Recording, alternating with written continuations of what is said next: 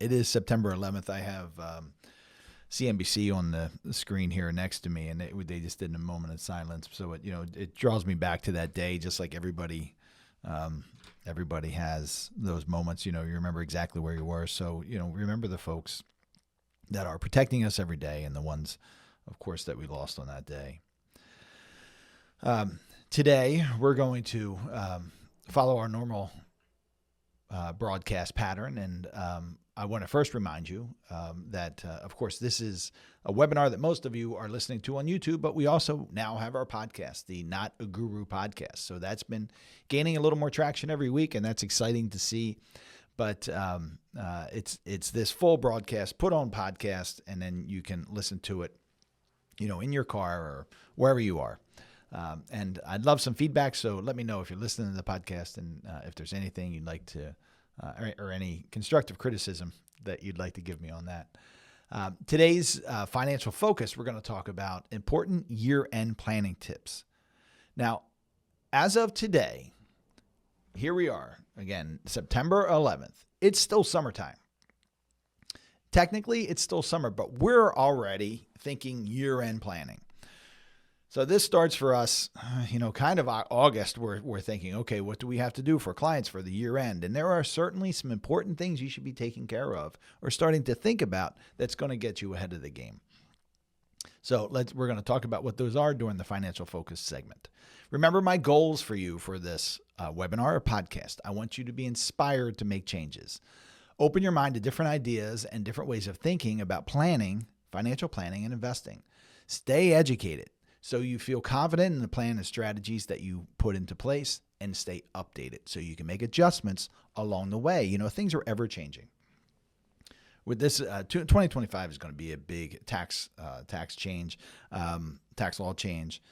The investment markets are changing. The investment structures are changing. Financial planning strategies have to change along with them. So you always want to stay updated so you can make those adjustments along the way.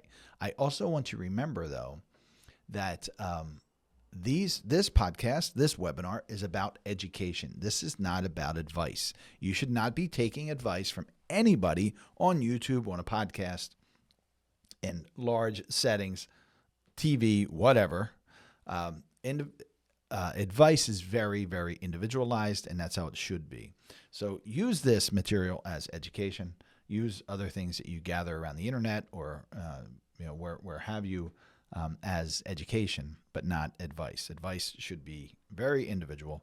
And if you want to schedule time with us for a 15-minute consultation to talk about your specific information, you can do that by clicking on the website in the body of the description of this video, or by reaching out to us at questions@attleborowealth.com. That's questions@attleborowealth.com. Hello, Stephen. Good to see you. So before I move on, I'm just getting back to where we need to go. I want to share. We've got a couple headline things I want to talk about, and I'll just remind you of the structure of the webinar, or the podcast. We're going to have some Slott updates. Well, first we're going to discuss a couple headlines. Then we're going to have some updates from the Slott group, the Ed Slott group, and I'll be with these individuals in just a few weeks now. I guess mid-October, so just about a month. We'll be in San Diego, California, for our 2-day update. So this is a requirement that we attend these 2-day updates twice a year. It's a really great material, though, and I'll have a lot to share with you when I come back. But we're going to talk about updates from the Slott group for about 15 minutes. Then we're going to talk about market updates and our analyst report, and then we're going to get into our financial planning topic, which is our financial focus, which this week is year-end planning.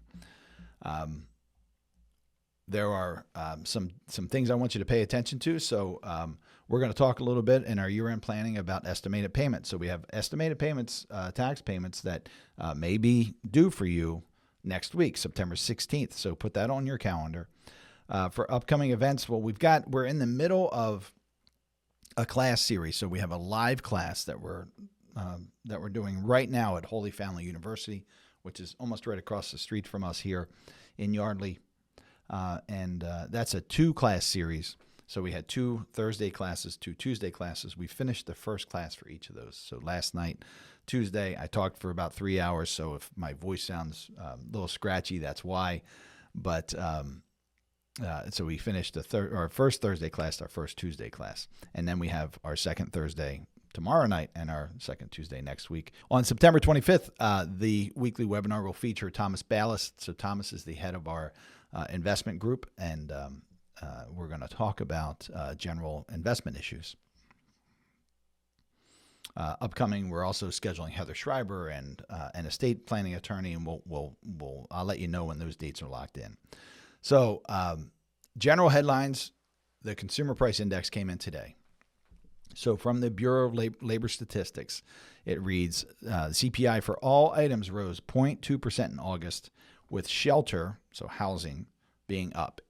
And this is from the Bureau of Labor Statistics. In August, the Consumer Price Index for all urban consumers rose 0.2%, seasonally adjusted, and rose 2.5% over the past 12 months, not seasonally adjusted.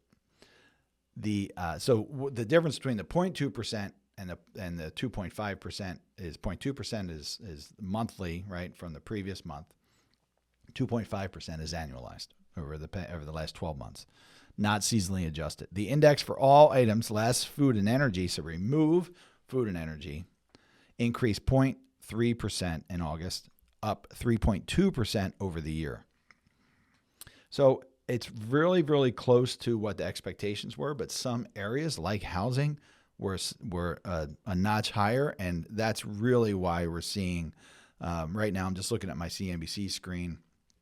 We're seeing right now some negative drop in the stock market, probably because of that. See, what happened was people were getting a little overzealous about a 0.5% rate cut. And I don't think that this information, we have PPI report tomorrow. I think that's tomorrow.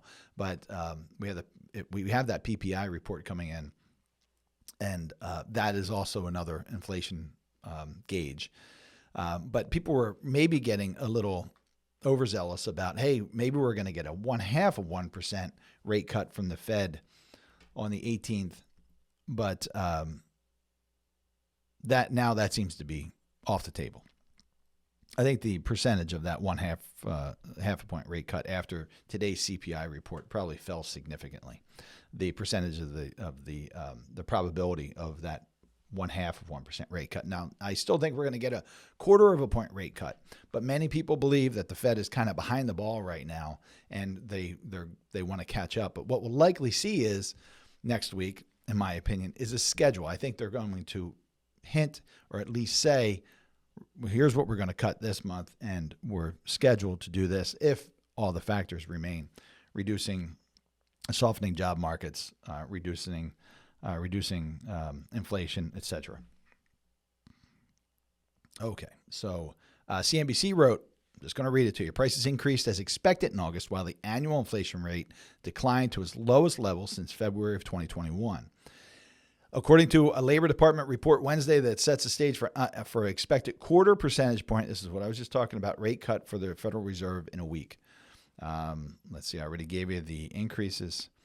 I'll just read while the numbers show that inflation slowly continued to moderate, housing-related costs remain an issue. The shelter component of the CPI, which has about 1/3 weighting in the index, climbed 0.5%, so 0.5%, accounting for much of the increase in all items measure. The shelter index was up 5.2% year over year. So that is not insignificant. And listen, that's a real problem that folks are having right now, especially younger folks getting into a new home. But listen, there are plenty of people that have their homes that maybe have no mortgage or low mortgage that are facing some housing issues as well, because insurance rates are one of the big pressures we're starting to see. So people getting a very high renewal on their insurance rates. So these are things that you have to have a margin of error in your financial plan for. Okay, so one of the big headlines that we have locally here is I want to introduce a new member of the team, and I hope he's listening. So there is a CPA, a long-time CPA that I've been working with probably more than a dozen years now, my personal CPA, and he's a person that we referred many, many clients to, if not almost all clients. Very bright individual, and I've been trying to recruit him to the firm to become a member of our team for a very long time now, and I finally got him, folks. So Sasha Afanasiev joined our firm as our CFO, tax planner, and soon will also handle some regulatory compliance issues. But very, very happy to have Sasha on the team. So we want to welcome Sasha to the team. If you already work with Sasha, you know how great he is, and if not, you'll learn. You'll learn. Along with Sasha joining our team, Attleboro Wealth Management team, as a tax planner, one of the things that we're doing is we're setting up Attleboro Tax Services, which is going to begin in 2025. So what that means is that we'll also be able to offer tax preparation services for our clients, just for our clients, but we'll have tax preparation services for our clients. So welcome, Sasha. Very, very happy to have you on board and very excited. Okay, let's jump into our Slott report. So I'm going to share my screen here. So Ian writes in this section, if you're making student loan repayments, you should ask your employer if it will match those payments in the company's retirement plan. The Secure 2.0 Act allows for matching contributions on qualified student loan payments, or QSLPs. Here's another little set of initials we have to learn. Beginning with planned fiscal year starting after December 31st, 2023, this is January 1st, 2024 for most plans, matches on QSLPs are optional. Plans are not required to offer them. Secure 2.0 lacked detail about how these matching contributions would work, and that made many employers reluctant to implement this new option. On August 19th, 2024, the IRS issued Notice 2024-63. The notice answered several pending questions about the matching contribution feature and gave employers flexibility in establishing and administering this feature. This guidance should spur more employers to offer the QSLP match. A QSLP match may be provided by a 401k plan, a 403b plan, a governmental 457 plan, or a simple IRA. To be a QSLP, the payment must be a repayment of a loan incurred by the employee to pay for higher education expenses by the employee, his spouse, or his dependent. A loan is incurred, quotes, if the employee has a legal obligation to repay it. If an employee co-signs a dependent's loan, the employee must be making the payment in order for it to qualify as a QSLP. If the dependent, boy, I said defendant, that is when somebody is in a legal issue. If the dependent is making the payment, the employee can't have those payments matched. The total amount of the QSLP made for a calendar year can't exceed the annual deferral limit in effect for that year. For 401k, 403b, and 457b plans in 2024, that's $23,000 or $30,500 for age 50 or older individuals, minus any elective deferral made during that year. Example, Caroline, age 40, participates in her company's 401k plan, which matches the QSLP. During 2024, she has $15,000 of qualified student loan payments. She may only make elected deferrals up to $8,000. That's $23,000 minus $15,000 during 2024. So you can't double dip on it, right? If you're going to get that contribution for your student loan payments, you can't then double dip on the amount that you can contribute. Employees must certify that the loan payment satisfies the QSLP requirement and must certify the amount of the loan payment, the date of the loan payment, and the payment and that the payment was made by the employee. The certification rules are user-friendly but complicated. Employees can self-certify all these requirements, but there are other ways to comply. Check with the plan administrator or HR to see what level of certification is required by your plan. The IRS notice also says that the QSLP match must be available to all employees eligible to receive matches on elective deferrals. So an employer can't limit QSLP matches to loan payments for an employee's own education, a particular degree program, such as Bachelor of Arts, or attendance at a particular school. The reverse is also true. All employees eligible to receive matches on QSLPs must be eligible to receive matches on elective deferrals.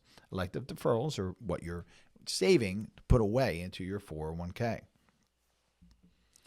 Finally, QSLP matching contributions must be made at the same rate and under the same vesting schedule as the plan's regular matching contribution. If a plan imposes any eligibility condition on the QLSP match, such as requiring employees to be employed on the last day of the plan year to qualify, the same condition must apply to a regular match. Okay, that's a lot. So if you're just listening on the podcast or just listening on YouTube, what you can do, and that's a lot of information. What I'm doing is, as I'm reading this, I'm sharing this. So you can go onto YouTube and watch the video, and you can read along with me, scrolling through and sharing this. So it's a little easier to comprehend because it is a lot of information. Good information, though, I think. So here's the mailbag, and the first question is Roth 401k rollovers and the once per year rollover rule. That's from the Slott Report mailbag, and Sarah Brenner is answering this. So the first question is, can I roll over a Roth 401k to an existing Roth IRA, or does it need to be in its own separate account?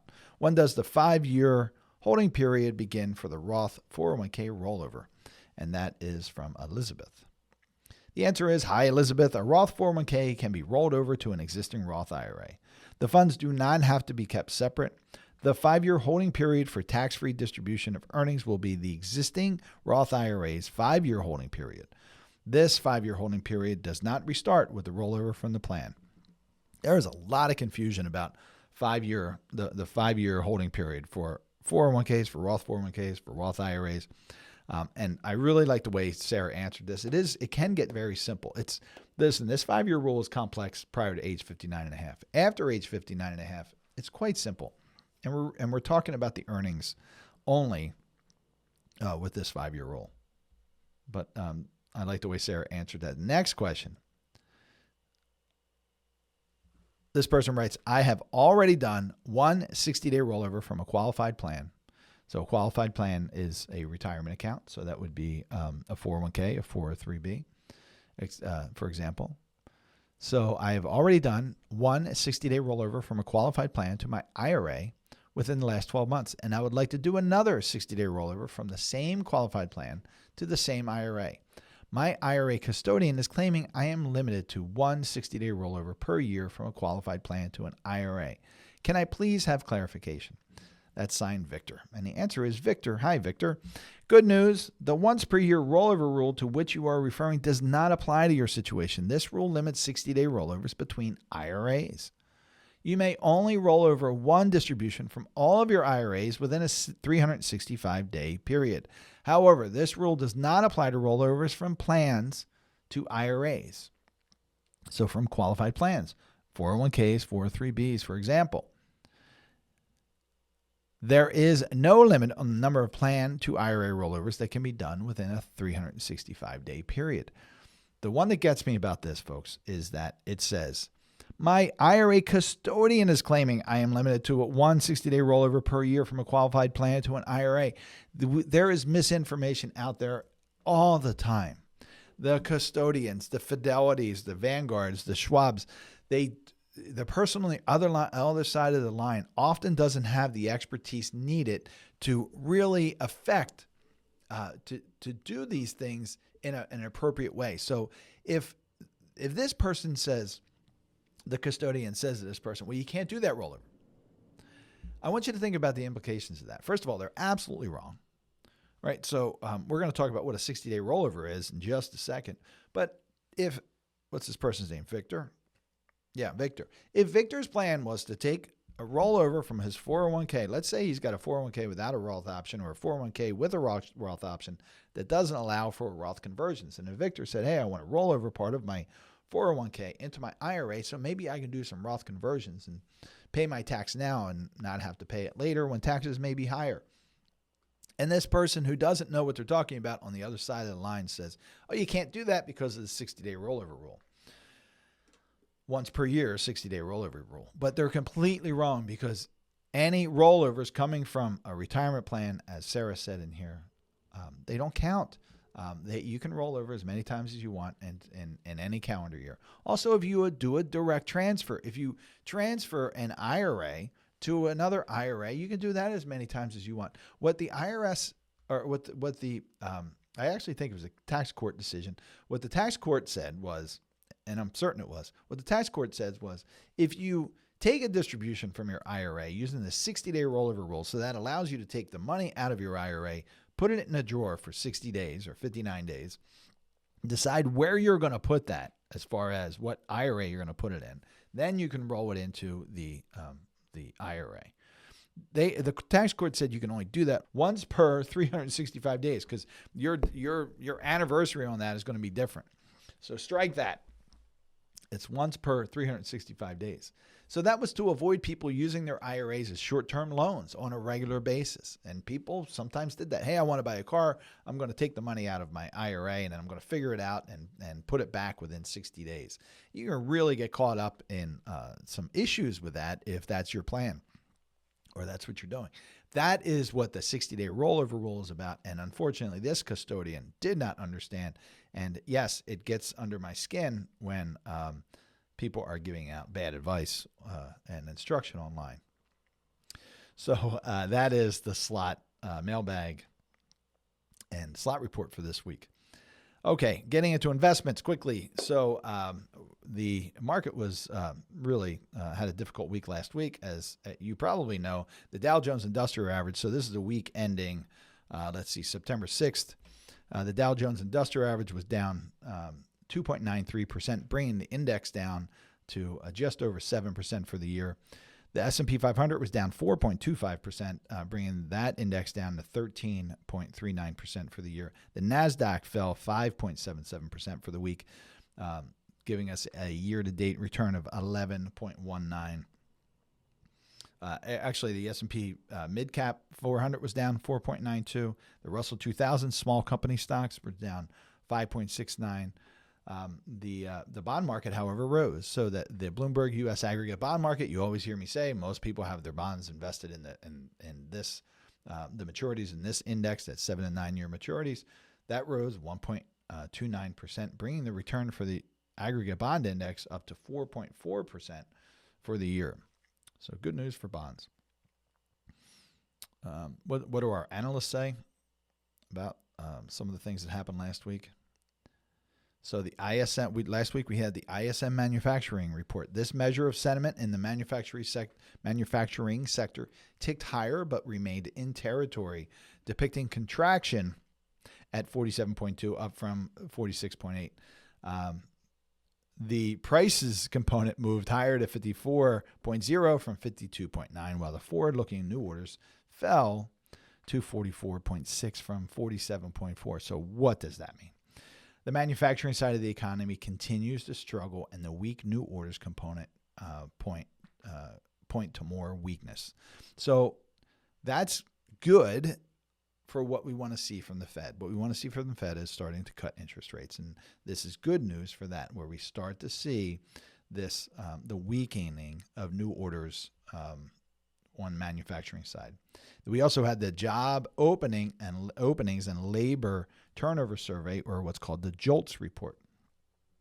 That showed that available jobs fell 237,000 in July to the lowest level since January 2021.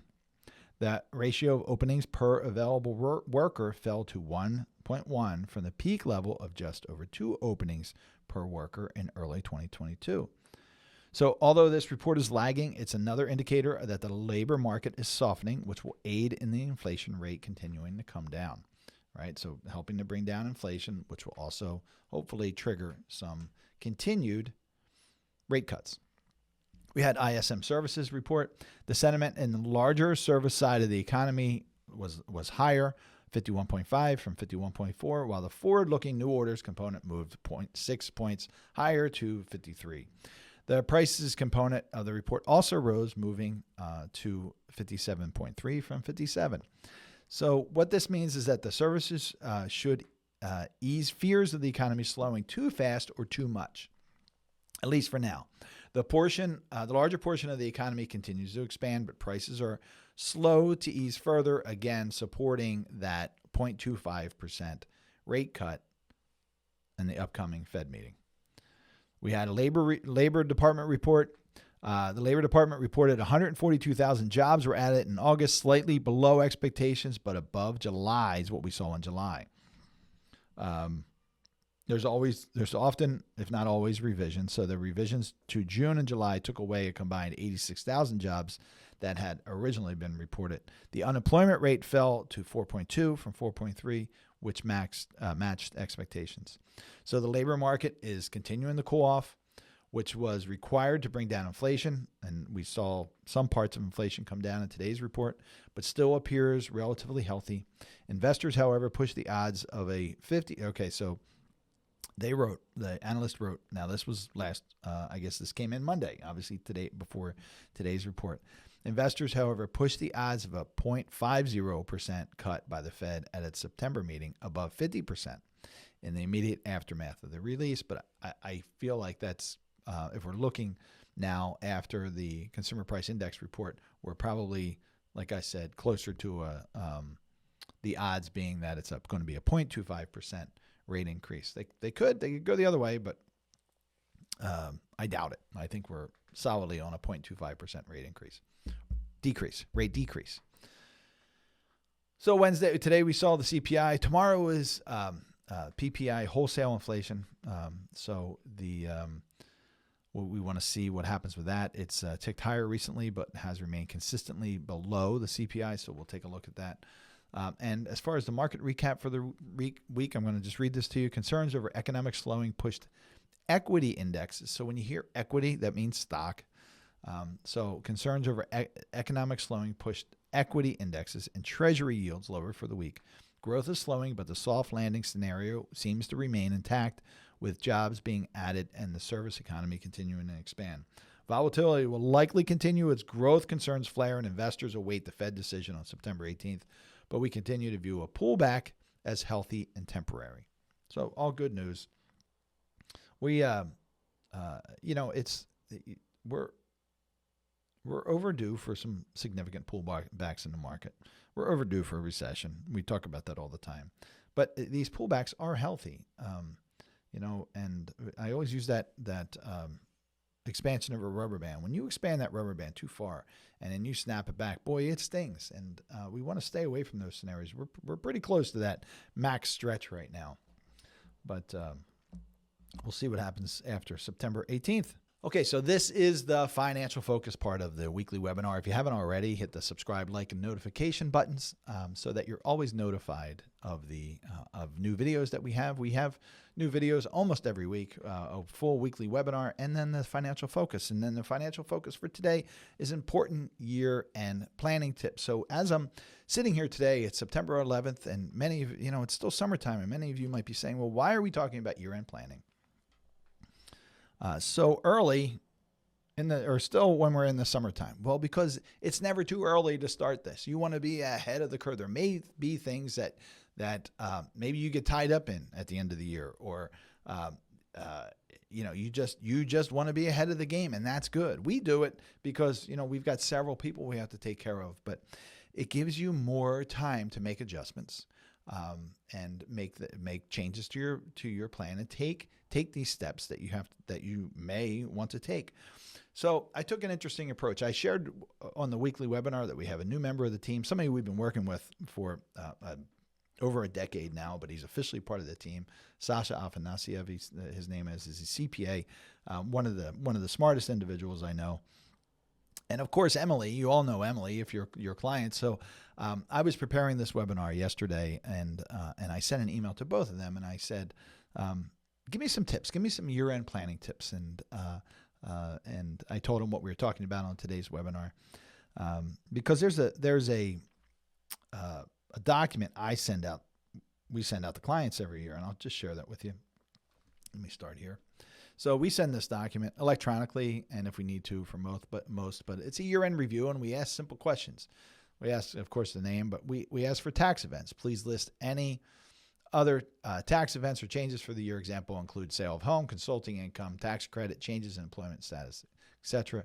Please list any major changes to your expenses in the past year. And then tax prep, we We want the name of the CPA. So we send this out to gather this information because we know what to look for. If we have this information, then hey, we can start making these year-end adjustments. But so I said to Emily and Sasha, I said, well, give me kind of your top three. And I'll just share with you here what Emily said. So I think Emily's listening. Let me see. Emily said, confirm retirement plan / IRA contributions. She says, I'm here. Confirm retirement plan / IRA contributions are on track to max or hit the amount they intended. That's a great one because you may have, maybe you got a raise and you're able to put more money into your retirement plan or put more money away, but maybe you think that your employer is maxing out your plan, but they may not be. And if you hit December 31st and your goal was to put $30,500 if you're over 50 into your hopefully Roth 401k, if that makes sense for you, then and you realize, well, heck, I missed that by $500. Well, it's too late. So do the math and make sure you're on track to hit to make those contributions. So really, really good point. Let's check that off. Make sure you've taken advantage of any tax planning strategies like tax loss harvesting and Roth conversions. So let's take those one at a time. And Sasha talks about tax loss harvesting too. So tax loss harvesting is when you have losses in investment accounts, so non-IRAs, non-Roth accounts, of course, non-retirement accounts, your work retirement accounts. I'm talking in your taxable bucket. And let's say you bought XYZ stock and it fell. Well, you can sell that position, what we call realize the loss, and offset it against any future gains. And also offset it against any income that you have if you don't have gains to offset. So that is a really good strategy and one that you should look at for sure. Now there's rules around it. If you want to still own that stock, you can sell it and you can buy it 31 days later. There is this wash sale rule that we have to follow. You can't sell it on Monday, buy it on Tuesday, realize the loss. There are rules around that. But tax loss harvesting is very, very important. Roth conversions, folks, this is what we work on from now until the end of the year, or Roth conversions for folks. We do it as much as we can throughout the year, but this is Roth conversion time. It's not pumpkin spice time for us. It's Roth conversion time. But Roth conversions are a very, very important part of a good tax efficient strategy, and it's different for everybody. Of course, remember, if you didn't hear hear it on the webinar, I'm going to say it again. Anything that you hear today is, or any of my videos are about education, not advice. So any advice should be specialized, tailored advice just for you, and you should get that directly from a qualified financial planner. But from an education point of view, a Roth conversion is one of the best tools we have under the tax code. It's really one of the most liberal steps that we can take because it allows us to decide the tax rate that we're going to pay on our retirement account for your lifetime and for 10 years. So what I'm referring to is if you convert funds at, say, 20%, you move them from your traditional IRA to a Roth IRA, and let's say your tax rate on that conversion, for example, is 20%. Well, that's the tax you're going to pay for that money on that money for the rest of your life. So if taxes go up even 1%, you've saved yourself some money. Well, we think taxes are going to be much higher in the future. So, if they go up 50% or maybe even 100%, and instead of paying 40% on the withdrawals out of that account, you're paying 20%. My gosh, that was a good deal. And then if you happen to pass that money on to your heirs, well, then they, under the current rules, if it's a Roth, they don't have to withdraw that money until the 10th year after the year you pass away. So truly, you're locking in your tax rate for the remainder of your lifetime plus 10 years. Roth conversions are huge, and there's really no restrictions. You can convert $100 or you can convert $1 billion. It doesn't matter. The IRS, there's no speed limits on that. The IRS says the one requirement we have, or the tax code says, the one requirement we have is that you pay the tax when you do the Roth conversion. Pretty simple, and you do the math to figure out what tax rates works for you.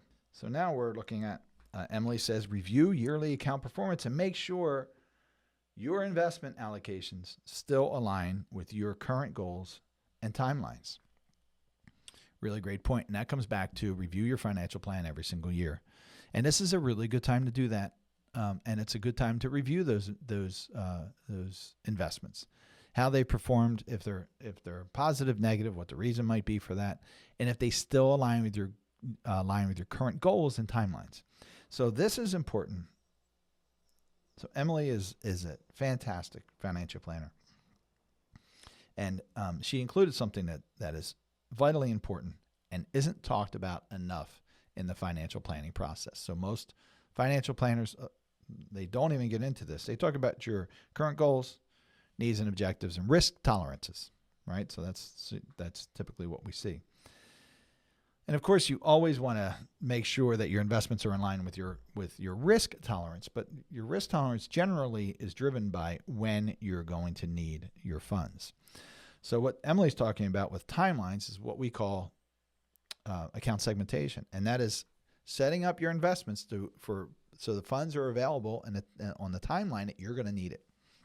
So if you need funds in the next 3 years, for example, well, you don't want to take any or very little market risk of those funds. You can invest more aggressively as you go out on the timeline, but those things have to be adjusted on a regular basis. So right now, as we're nearing the end of the year, is a really great time to check in, and I'm very, very happy to see that Emily added that on that number 3. All right. So moving on to, nice job, Em. So moving on to Sasha. Sasha wrote, well, don't forget RMDs. Speaking of RMDs, given most people do not, okay, so before I move on from that, don't forget RMDs. So required minimum distributions.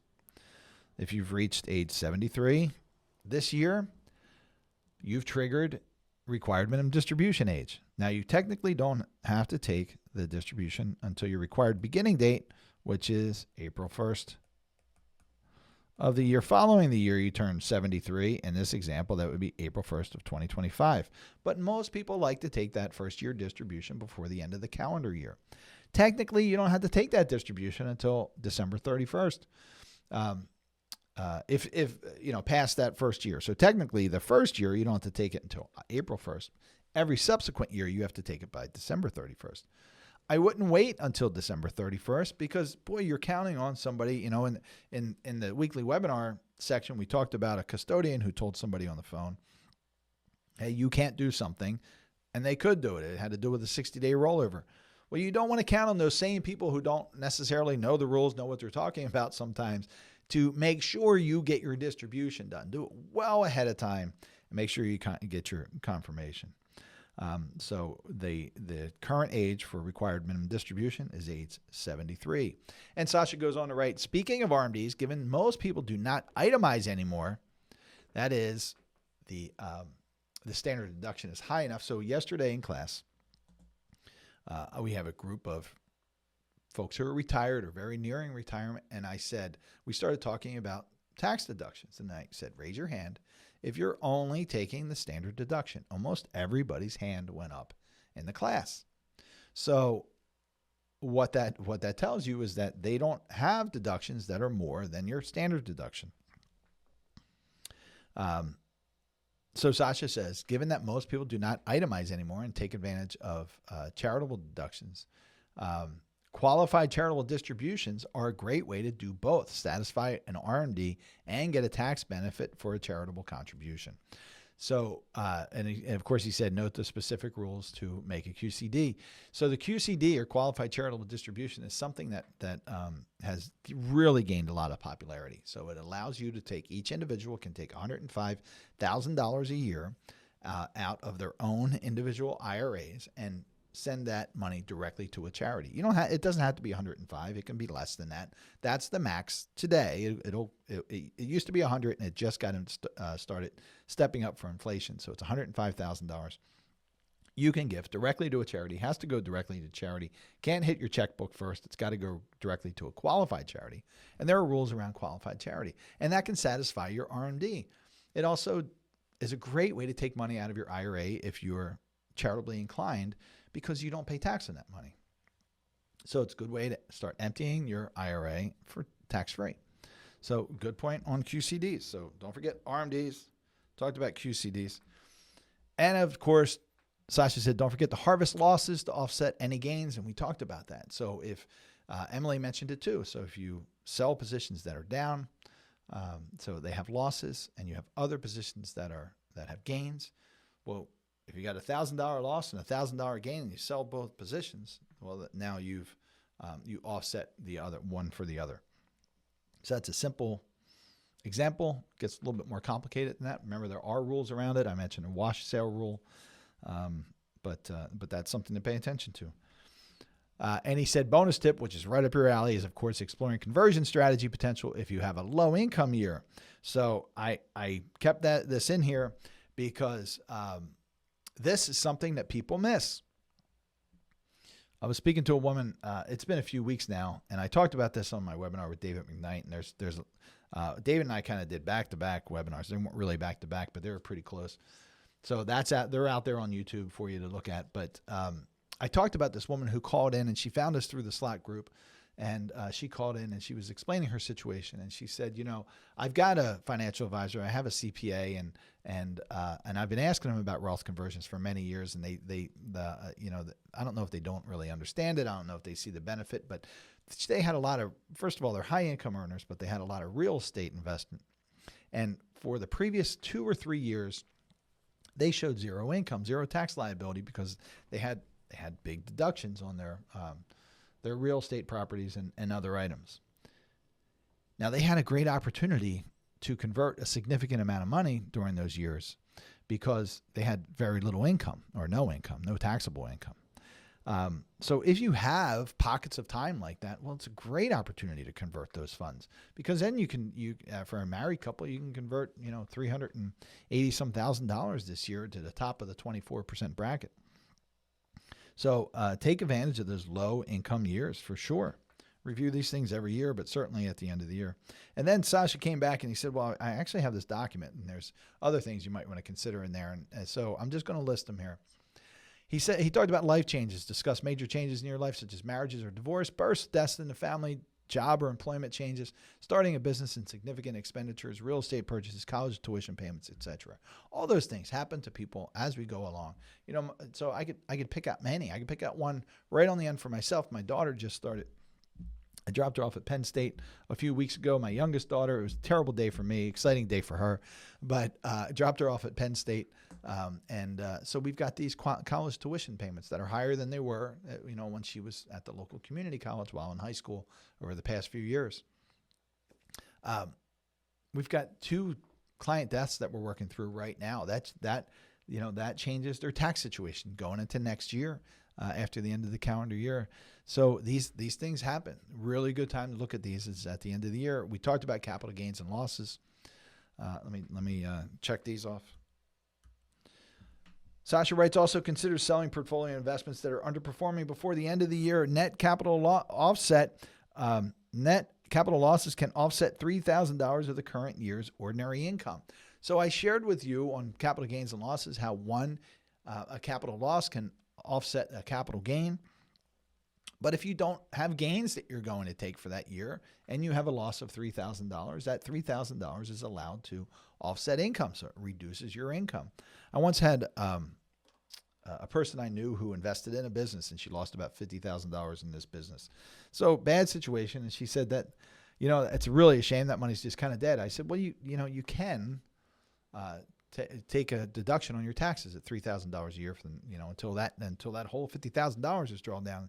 And she was very happy about that. It just kind of gave her some sense of, okay, maybe it's not all lost, right? Because she could offset the income. Estate and gift tax planning. Let's make sure you're appropriately planning for estate and gift tax purposes. There is an annual exclusion for gifts to help save on potential future estate taxes.